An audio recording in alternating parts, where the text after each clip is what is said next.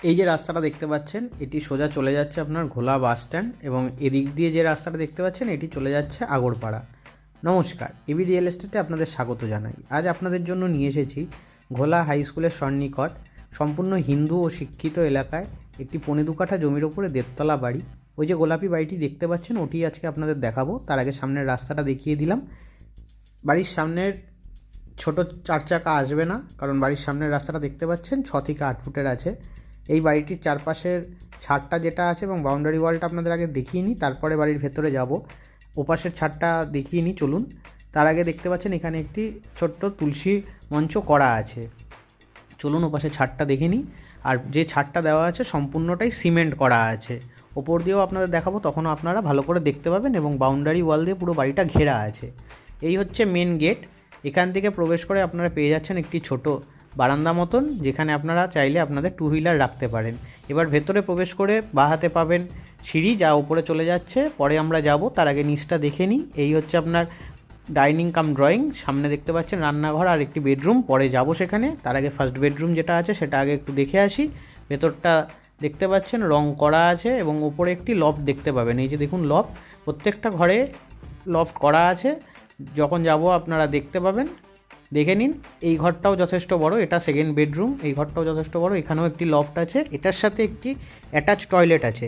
চলুন টয়লেটটা দেখে নিই। কোমোড বসানো আছে এবং টয়লেটের হাইটটা দেখতে পাচ্ছেন যথেষ্ট বড়। এবার এই বাড়ির একটি কমন টয়লেট আছে, যেটা আমরা যাব দেখব। এই হচ্ছে কমন টয়লেট। এটা পুরো টাইলস করা আছে, ওয়ালেও টাইলস করা এবং নিচেও টাইলস করা। এই টয়লেটটা দেখতে পেলেন। এবার চলুন আমরা আস্তে আস্তে রান্নাঘরের দিকে যাব।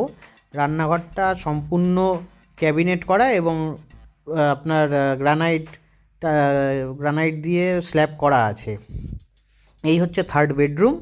এই বেডরুমটাও যথেষ্ট বড়, কালার দেখতে পাচ্ছেন করা আছে এবং এখানেও একটি লফট আছে।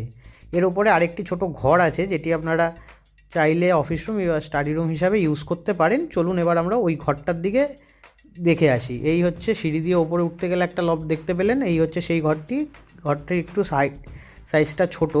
এটা আপনারা স্টাডি রুম হিসাবে ইউজ করতে পারেন। এখান থেকে বেরিয়ে একটা ওপরে জায়গা আছে, যেটা আপনারা চাইলে ঠাকুর ঘর হিসাবে ইউজ করতে পারেন। এই পাশের জায়গাটাই ঠাকুর ঘর হিসাবে আপনারা ইউজ করতে পারেন। এবার চলুন আমরা ছাদে যাই, ছাদটা দেখব। ছাদটাও যথেষ্ট বড় এবং ছাদ দিয়ে আপনাদের চারপাশের ছাদটা যেটা আছে, যতটা ছাড়ের দরকার ততটাই ছাড় দেওয়া আছে, সেটাও দেখিয়ে দেবো। এবং বাউন্ডারি ওয়ালও আপনারা দেখতে পাবেন। এবং সম্পূর্ণ সিমেন্ট করা, আপনাদের আগেই বলেছি সিমেন্ট করা দেখতে পাচ্ছেন। এই সিমেন্ট করা আছে বলে আপনাদের পরিষ্কার করতে কোনো রকম অসুবিধা হবে না, আপনারা খুব সহজেই পরিষ্কার করতে পারবেন। ওই দেখুন বাউন্ডারি ওয়াল দেখা যাচ্ছে এবং যে ছাদটা দেওয়া আছে যতটা, পুরোটাই সিমেন্ট করা আছে। এই যে দেখতে পাচ্ছেন, ওদিকেও একবার আপনাদের দেখিয়ে দেবো যে কতটা ছাড় দেওয়া আছে এবং সিমেন্ট করা আছে। এই রকম জমি বাড়ি সংক্রান্ত ভিডিও যদি আপনারা আরও দেখতে চান, তবে আমাদের এবি রিয়েল এস্টেট চ্যানেলটিকে সাবস্ক্রাইব করে বেল আইকনটি অন করে রাখবেন এবং আমাদের ফেসবুক পেজটিকে ফলো করে রাখবেন। আর লাইক, শেয়ার, কমেন্ট করে আমাদের সাথে থাকবেন। সামনের রাস্তাটা দেখতে পাচ্ছেন, এখান দিয়ে আমরা প্রবেশ করেছিলাম। এই রকম ভিডিও ভবিষ্যতে আপনাদের জন্য আমরা আরও নিয়ে আসব। আজকে তবে এতটাই থাক, ধন্যবাদ। দেখা হবে আবার পরের ভিডিওতে।